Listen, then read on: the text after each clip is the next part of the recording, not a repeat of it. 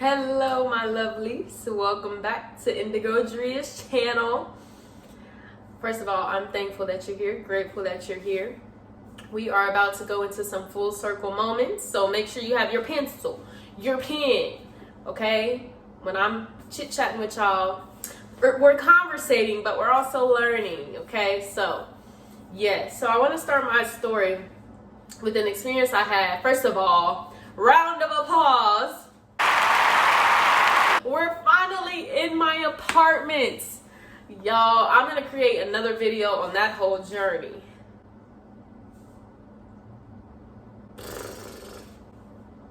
On a different video because my goodness. But we're here. So if it's something that you're manifesting that you're just waiting for and waiting for and waiting for, please just keep holding on.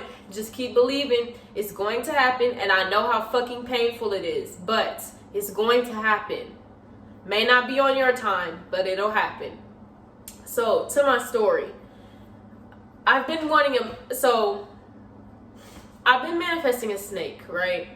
The energy, the divine wisdom that comes from snakes, and you'll see what I'm talking about in a second. But so my spirit has always been drawn to snakes, right?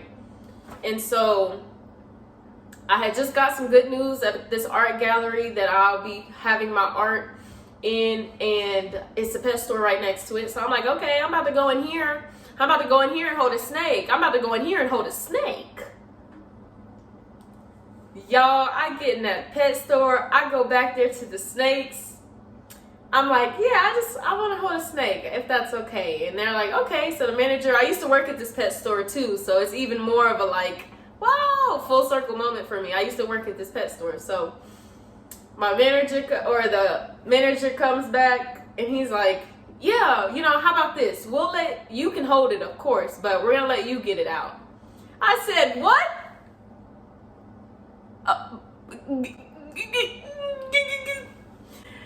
So I'm like, okay, that's fine. Now keep in mind, these snakes some of them have like big containers, but not big enough that the snake will not be curious if I go to reach my hand in there, right?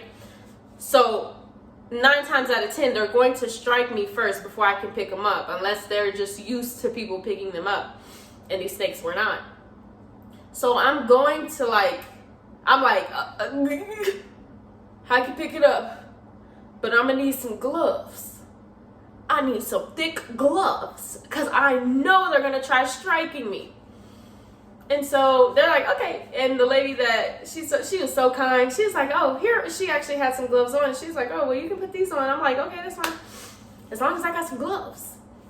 So I put on the gloves, right? So this is me preparing myself, right? I have on my jacket, so I'm putting my jacket low. I got all the protection in the world. Yet as I went to go pick up the very manifestation that I want, I was scared. I was scared. Now I'm gonna finish the story before I really start talking about what the message was in that, but I was scared. My hands were shaking like I was doing it, but I was scared. Okay? And then the snakes were looking, and it was me. I was like, oh, they're gonna strike me. They're gonna strike me. Now the first corn snake, it didn't strike me. I found a method where I pick up the rock that it was under and I just scoop it up so that I'm not reaching for it. I'm scooping it up and then placing it in my hand, right? But this snake was just slithering, so I could not get a grasp on it. So I'm like, okay, I'm gonna leave it alone. You got it, buddy. You won. Then there was a second corn snake, right? I'm like, okay, I'm tired of trying with this one. Let's move over here. Still scared. At first I reached for it, but it started to coil like it was going to strike. I said, nope. But I said, okay, I'm going to just set my hand here, right? Y'all. It was so cute because the snake came up to me. So I just set my hand down, and it was just like coming, and it was sniffing. Each finger, it was sniffing. Y'all, my hand was shaking though, because I was scared. So I was scared. So it smelled each finger and then it backed up. And then I try to go under the snake, and it started to vibrate its tail quick, which means it's agitated, which means don't fucking touch me. So I'm like, okay, well, it's already agitated. I'm not going to do it. Close it up. And the manager and the woman, they were just both watching me because they were scared too. They were like, now the manager, of course, was not, because he has to deal with them every night. He messes with the snakes and stuff, but I didn't think to ask him until this moment. And the other woman, she tried it first, but she was like, I'm going to let you do it. So we both scared. He's like, he's just watching. They're just both supporting me, encouraging me. But so we open it. I'm like, okay, I'm done with the court snakes. They were like, well, the ball python does strike, but we can try. I'm like, strikes? I know they have it in them, but you're telling me that this one is known for striking. Open it up. We gonna see. Y'all, they open it up. I barely reach my hand in there. It strikes. I'm like, you're done. You're done. You're done. He's like, yeah, I'm like, oh, okay, sir, can you pick it up and I'll just hold it when you get it. Crazy, because the snake only struck one time. And then when the manager went to go pick up the snake was chilling just fine. He just reached his hand in, picked him up. And I got to hold him, and I was holding the ball python, and I was talking. I was still scared, so my hands were still shaking. But I got to hold it. I put the snake back, and I was like, okay, I'm going to start coming more often. And while I was in the store, this is what I said. I said, now I see why this manifestation has taken so long, because I cannot be scared of what I'm asking for, because when I get it, I'm not going to know what to do with it. I see why my manifestation, I was saying this to the woman, I'm like, I see why my manifestation has taken so long, because when I get it, if I was to already have a snake, I would be scared, because I didn't know how to pick them up. I didn't know how to reach in there with no fear and with confidence. And when I used to work there was this one coworker. He works with snakes. He has 3 snakes of his own, but every time he went back there, he would always go in confident. It did not matter if the snakes were striking at him. If he wanted to go play with that snake, he was going to play with that snake. It did not matter if the snake was striking. And so just that memory, and then me saying that, I got in that car, y'all, and I was humbled. I'm like, you've been asking for this manifestation. You go to hold the snake and you're scared. Now keep in mind, snakes smell fear. So I start thinking some more, and I'm like, maybe it wasn't the fact that the snakes didn't want to be held. But if I was a snake, why would I want you holding me if you're scared of me? Why would I want you holding me if you don't have the confidence to go in and pick me up? And that's that snake energy. They are very confident creatures. When they strike to hit. When they move, they are on a mission. So when they would see me put my hand in there and I'm shaking, they're like, ma'am, go back and come again. Do it again. And I say this example because oftentimes in our manifestations, we're asking for something, and yes, we can be scared while doing it, but when you have it, how can you still be scared of it? You can't. And so it just gave me full circle, like the manifestations that we are asking for. This apartment I could only have once I stopped being so scared of it. And it's not scared of the apartment itself, but I was scared of the responsibility. I was scared because I couldn't trust myself. Sometimes what we're asking for has nothing to do. It's not that I wasn't. It's not that I couldn't trust the snake. It was that I couldn't trust myself enough to do it in a safe manner. I was also scared that the snake was going to strike. Oftentimes, we're also scared of our manifestations backfiring on us, which is what slows us down, or we completely stop. Well, if I get this, what will happen? If I get this, what will happen? If I have this, what will happen? So with every what will happen, we slow down what it is that we are asking for. We slow down what it is that we are asking for. Because it's too many what will happens and not enough leaps of faith. And it's still okay to make a plan. We should always have a backup plan, but at the same time, why does that backup plan take up more space in your mental than the original plan that's supposed to set you free? Why does your plan C, plan D, plan E, plan B taking up more mental room than what you are asking for that's going to give you more joy? More freedom. More room for creativity. More opportunity. You see how that ratio doesn't make sense? And like I said, the snakes, it did not matter how many times the old coworker went to go pick up, even when the snake strikes, even if your manifestation backfires, you go in again. You get back up. You get back up. You get back up. So to those that are not willing to take the first step because you're scared of the get up, at least you can say you had it. You have it. You had it. You got to experience it. And you also get to experience the get back up. You also get to experience the get back up.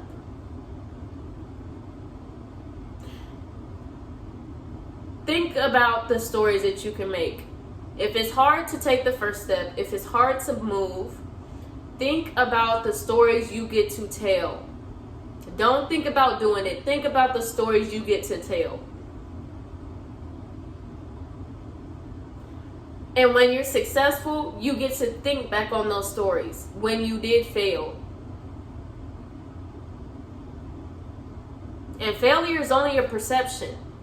So that's also the thing too. When I could not pick up those snakes, I didn't think of it as a failure. It only showed me where I was next to my manifestation.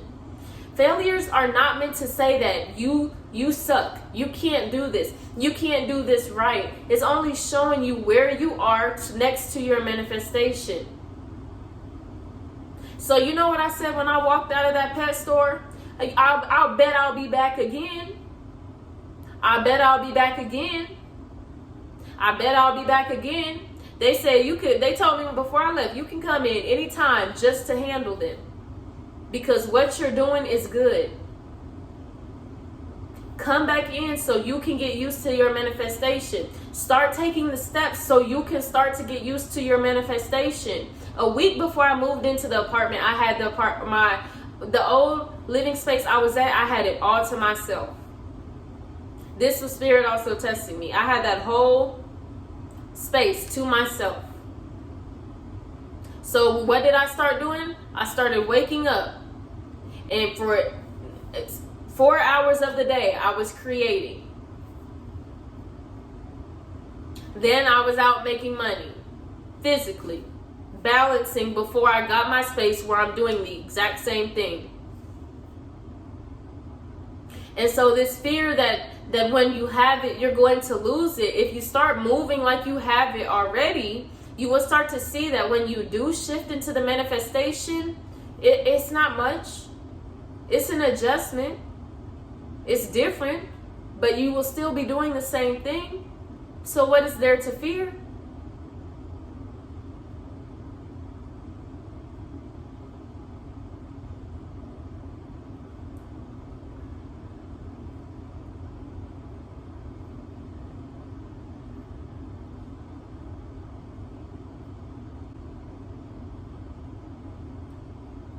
To be scared of your manifestation is why it keeps running away from you. Now, you may not know you fear it, but I want to ask you, do you feel worthy?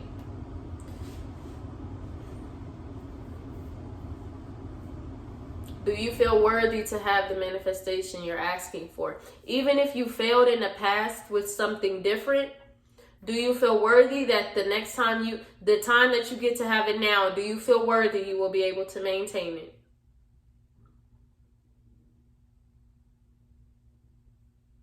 Do you feel deserving? You know, this is the breakthrough I had before I had this apartment, because I was very frustrated, not seeing why it was taking so long for me to have this place, this creative space that I'm turning this into. It was taking, again, I started this journey in March. It's November.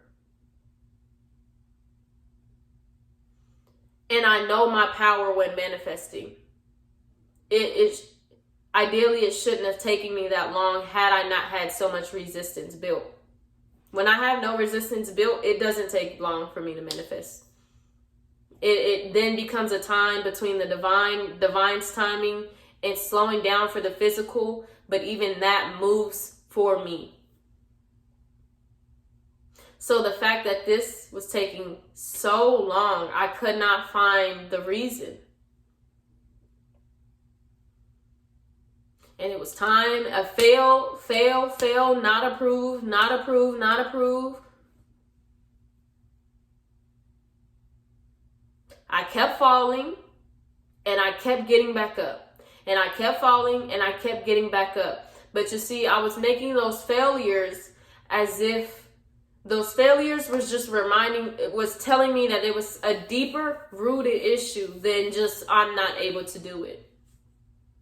It didn't matter about my rental history. My credit's very good.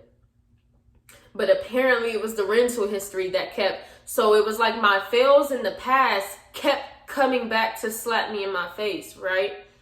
My failures in the past, not paying my rent on time. In the past, with me being a substitute teacher, it would be times where my check would come in right as I'm paying. The check would come in, but it wouldn't take it because I'd already paid before. So then it would bounce, right? Those mistakes kept coming back and slapping me in my face. So I would apply, full confidence, fail. Then I would have to suffer that sense of, because I failed in the past, this is why I can't go now. Because I could not get this right back then, I can't do it now. It would be irresponsible of me to do it now.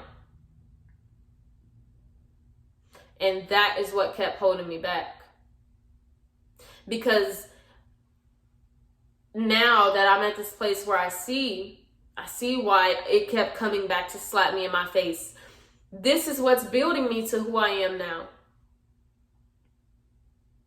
Your past does not make you, but it will come back to remind you either you are stronger than it or you will sit down because of it. Your past will come back to test you on if you are stronger than it or if you sit down because of it.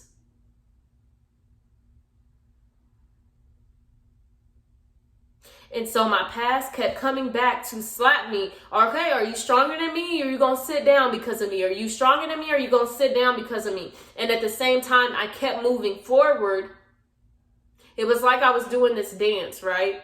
I knew I deserved an apartment, but I didn't know how much I deserved the apartment because do you look at my past record? I know I deserve a safe place to stay. I have a gift and I know God wants me to give it to the people, but at the same time, look at my track record. And I know that's what many of us do. Rather than stepping into the gift, rather than stepping into the manifestation that our spirit has put on our hearts, because it is something that is going to happen. Remind you, it is going to happen. I said this earlier, full circle. It is going to happen, and you may have to wait, but it is going to happen. Spirit, put it in your thoughts. Think about it like this, right? Do you desire to be, and of course, think about it. If you do desire to be a chiropractor, then okay, you'll get what I'm talking about. But do you have a desire to be a chiropractor? Do you have a desire to be a janitor? Do you desire to be a dishwasher? No, because these desires are not what your spirit has put on your heart to come on this planet to do. Do you desire being a teacher? Do you desire healing people? And not just, please don't get me started on people. Do you desire to do host meditations? Do you have a desire to heal our community with financial literacy? Do you have a desire to design?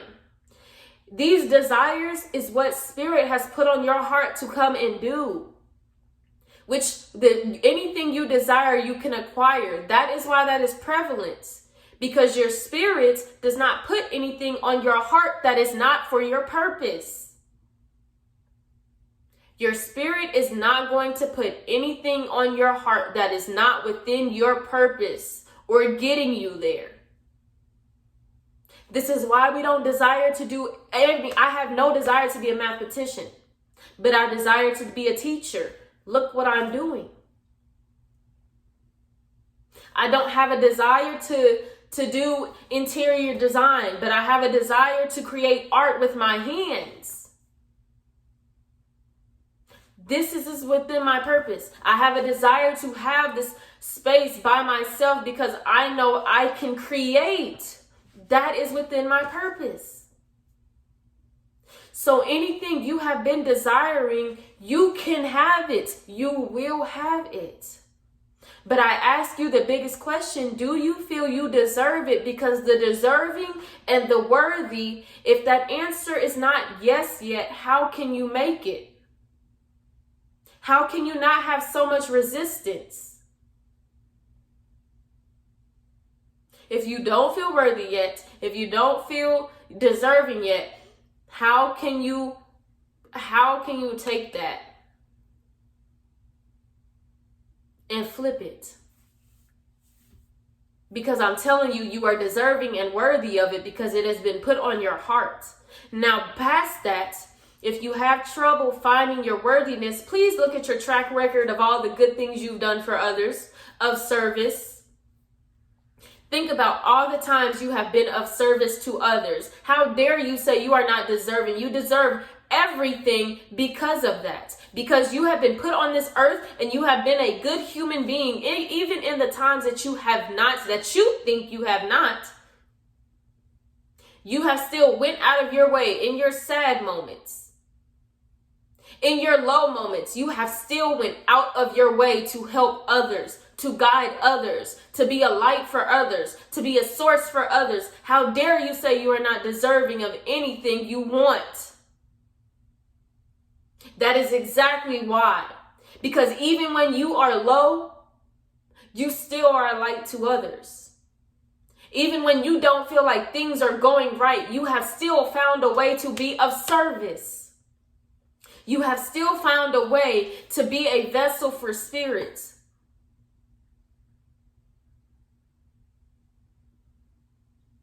So now, why do we feel like we are not worthy? Because let me tell you that being inside of you knows you're worthy. Spirit knows you're worthy. The universe, God knows you are worthy. You are an immense being that lives on multiple dimensions. This earthly stuff that we say we are not worthy of, it's not even comprehensible to how much wealth we have spiritually. Those who are tapped in and who are of service and who are healing their lineages, ancestral, future, which is also ancestral, but y'all get what I'm saying. It's not even comparable.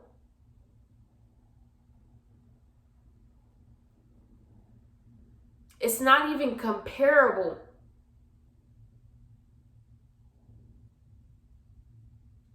And so what it is that we are asking for that we fear, as your big sister, I just want to remind you,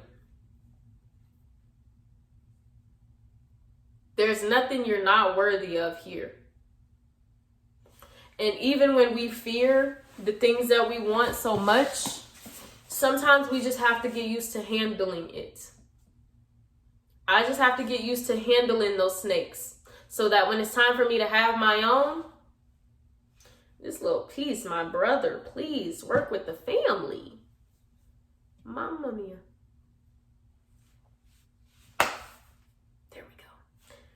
it added some character, so I'm gonna put it back.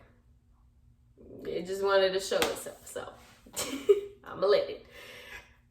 What was I saying? Where was I at?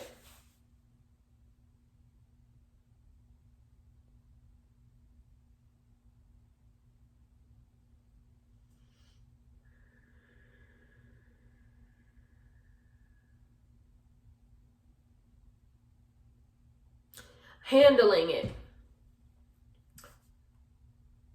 I will know how quick, and this is only a physical representation, but I'm very thankful that it happened. I will know that my manifestation is coming in when I start to when I start to go into that snake aquarium, and I just pick them up with no fear, with courage, with the knowing that they may strike, but that does not matter. I'm still going in and I'm still going to pick them up.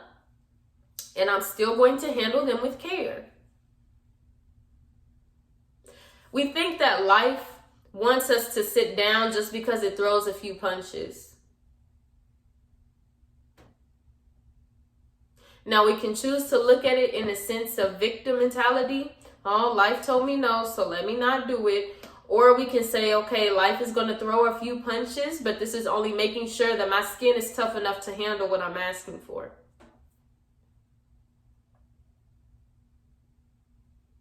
Yes, life may throw a few punches, but it's the perspective. We can't keep sitting down just because we feel like it's against us. It's so many things that are going to be against you. When you know your power, and I'm sure you know your power. Let me say that. You know your power. So how could anything not be against you? But is this against you, meaning you need to stop? 9 times, it's very good that things come against you, because that means you are on the higher end. It wouldn't come for you if you didn't matter. It's a lot of things not coming for people because what for? We already got them. But if it's so many energies coming after you, against you, it's not one place Jesus went where the Pharisees were not right there. Couldn't even go to the temple. Couldn't even just pray in peace before they came to grab his ass. And I'm not religious, but you see, it's often a lot of ascended masters that we have that have to experience the counterpart in the physical because they know who they are. They know what energy they embodied. And you embody the same one. The same energy. And I'm talking to those high frequency who are connected, who view life consciously, who are moving in a way that serves a being beyond them, a being within them that is of high frequency, of love as the groundedness. Yet who knows how to balance the shadow, who knows how to control their shadow, who knows how to use the void to create, because everything is created within the void. Those are the beings I'm talking to. So you know who you are. I'm simply here reminding you. So the need to be afraid is not. It's for not.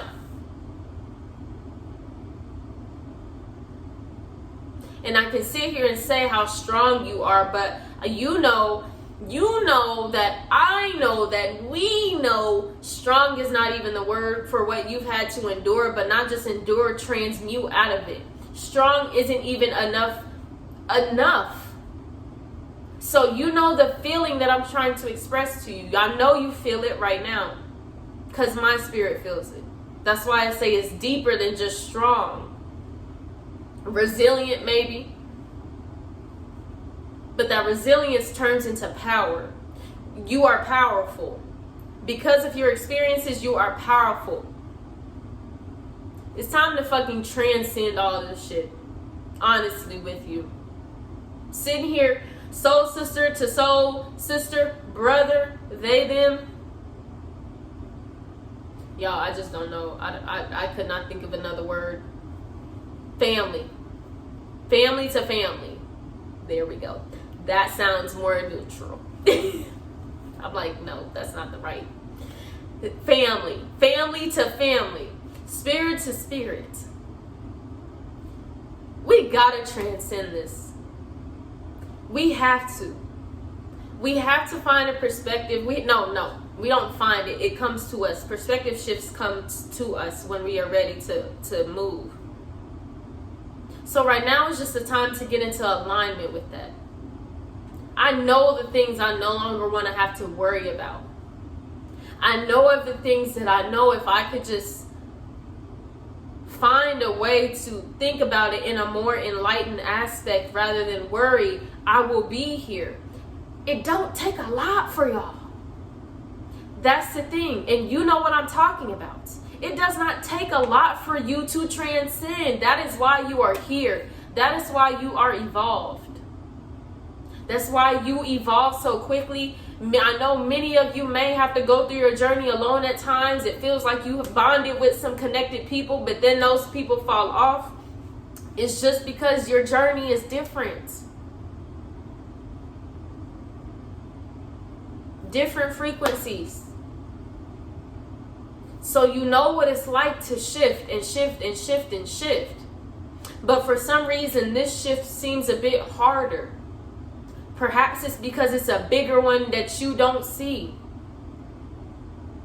Perhaps you don't really see how this shift is really, how much it's about to take you into. And I want to tell you something.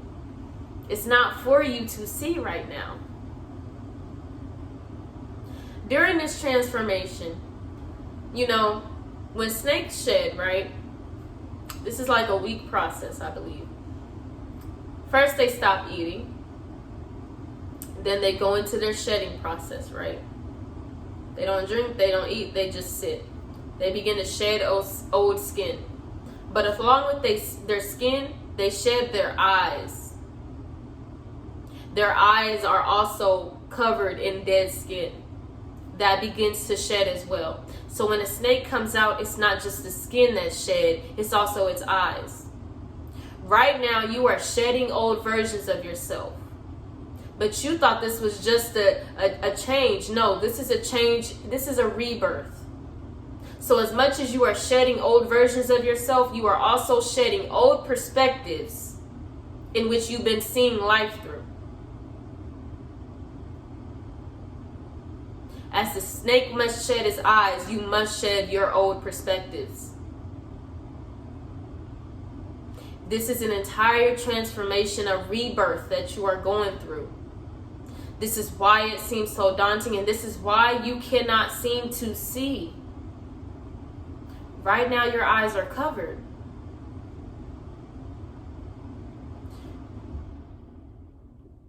I like to say that the shadow process that we go through.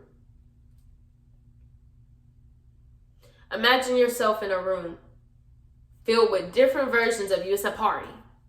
It's a party. It's a party. It's a party. It's a party. Please don't copyright me. It's just me singing. Imagine you are in this room, right? Party, but it's different yous, right? There's one that tends to go to vices when they're stressed, right? They either smoke or drink or do whatever in order to fulfill whatever feels voided. Then there's another of you that overeats when stressed. There's another version of you that can tend to have manipulative tendencies that you learn. There's another version of you. There's different shadow versions of you that exist, right? Now, you in this party, look around and you see all the versions of you, but you say, I don't resonate here anymore. This isn't my party. It's time for me to go. And you see a door and it's dark. You can't see, but you feel it's where you need to go. You know this journey is going to be dark. You won't be able to see, but you feel this is what is going to lead you to your freedom. So you go and you walk through that door. And as you're walking, it's dark. You cannot see. But suddenly, it's like you see this light. It's a little light. You can't see much of it, but you know if you keep walking, if you just keep walking. If you don't stop, just keep walking. That's your freedom. But as you're walking and it seems the closer you get, your ankle gets caught. Somebody is yanking at your ankle. You fall. So now you get back up. You're like, all right, that was an experience. I failed, but I'm going to get back up because I have to keep going to this version of me that's going to lead to my freedom. So you fall, but you get back up. Well, this time as you start walking some more, you're feeling punches. Now it's like you're on the ground and you're getting beat. But you know you're not getting beat by nothing. You're getting beat. Your ass is getting beat by the old versions of yourself who don't want you to go. Because see, at the same time, they're beating you and they're making you feel low and they're making you, it hurts and it's painful to shed these old versions of yourself, and they are hurting you. Turning into each of those versions of yourself was hurting you. This is not only the physical representation of what they've been doing to you mentally, emotionally. This is what these versions of yourself have been doing to you. And so as you keep trying to walk into this freedom, it's like they beating you up. This is why they call this the dark night of the soul. Because you cannot see. You don't know where you're going. But at the same time, you're in mental chaos. You're in emotional conflict. Why? I'm telling you why. Because those versions of yourself don't want you to go. So they will cause confusion. They will make you question yourself. You will be fueled with self-doubt.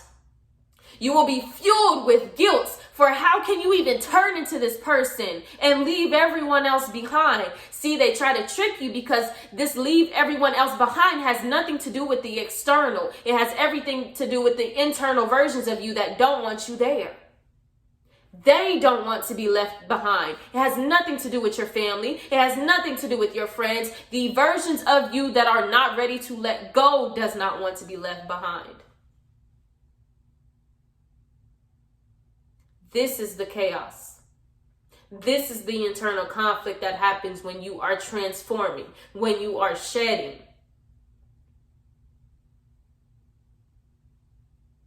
This is how we start to fear our manifestations. That fear isn't just you.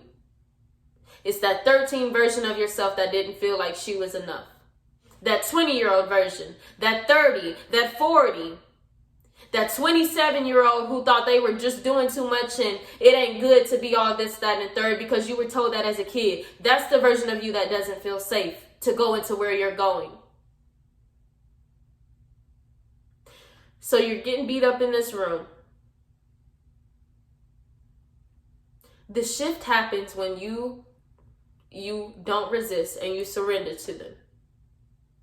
But you do not surrender as in going back.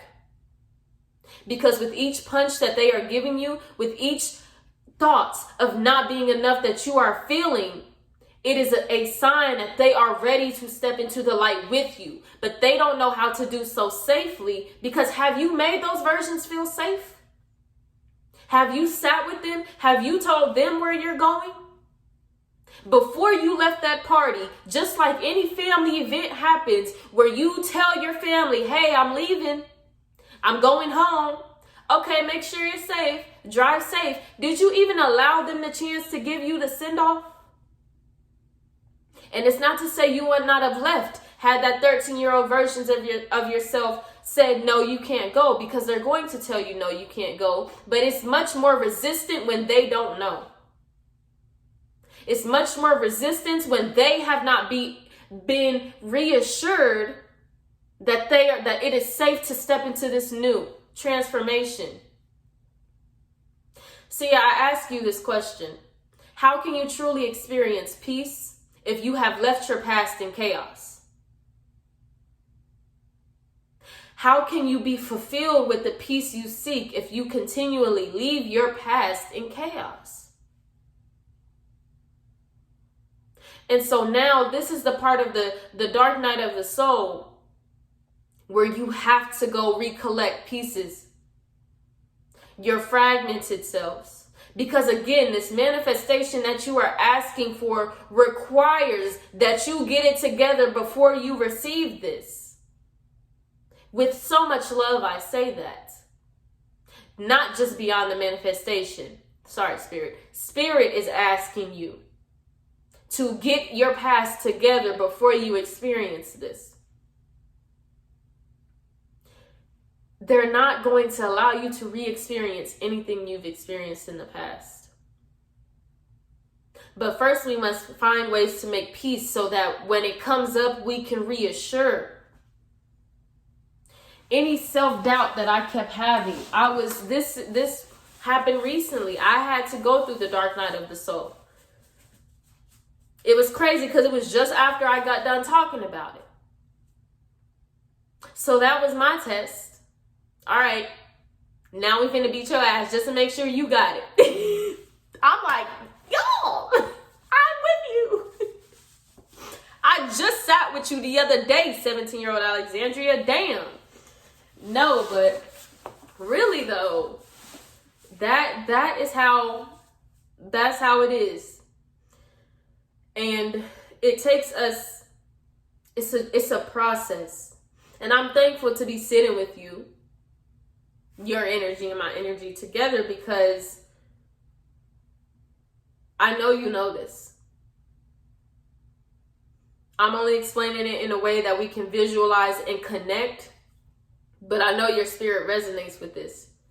And so being able to talk about this together, and I really would love you all to leave your comments below and just tell me how this is for you, this process, talk about the resistance that you have too. Because like I said, I started my story off with, what I experienced to even get to this point. And again, on another video, I'll talk about what it took to get to the apartment.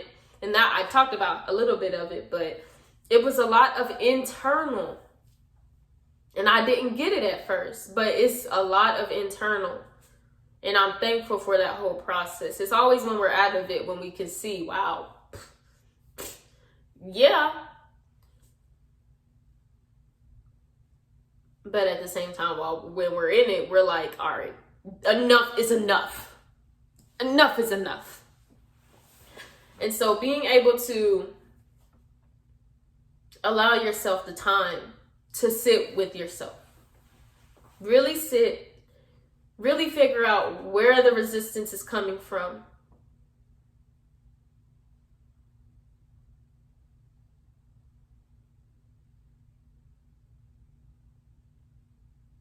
See where it's coming from.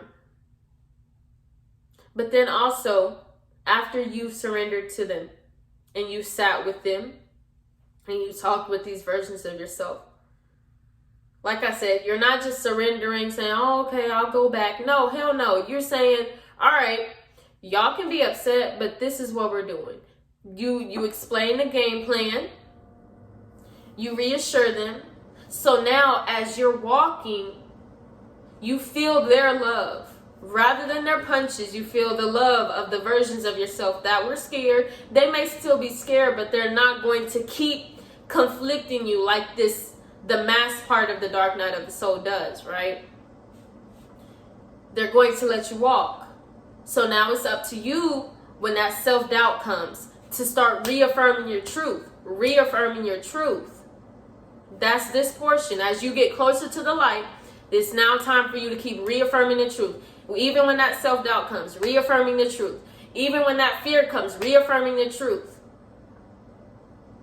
You're worthy. You're deserving. You will know what to do when the time comes. Pray for the wisdom that when you get it, you can make tenfold out of it. When you get it, you will know how to take care of it. Let's start setting intentions consciously, daily. That's something, boy, I need to start doing daily. Anywhere I go, I need to be setting intention. Now, of course, I do my morning prayer.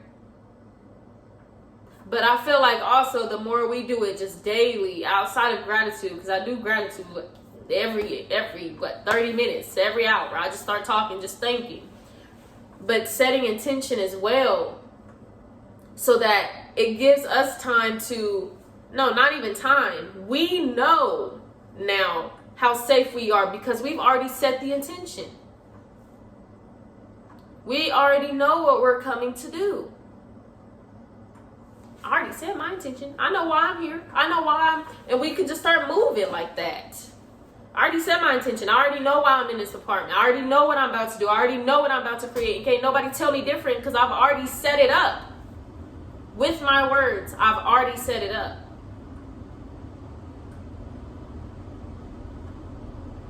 With my words. Throat chakra. Start speaking. Some of y'all a little too quiet. You're being silent, but you're not sitting in stillness. In silence. Oof.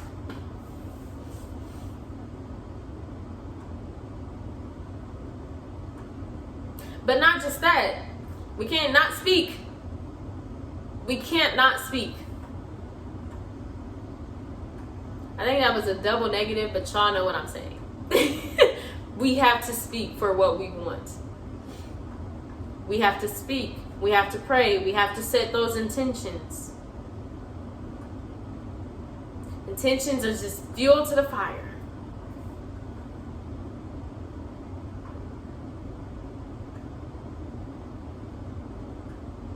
Fuel to the fire.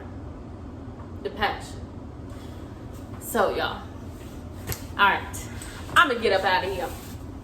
Thank y'all for sitting with me. If you watched this whole video, I thank you. I appreciate you. For those who did watch, I hope your spirit is full.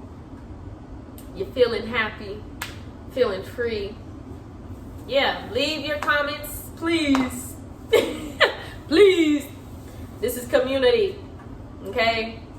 I'm not speaking just me. It ain't just me. I want to hear from you. Can we hear from the audience? Thank you.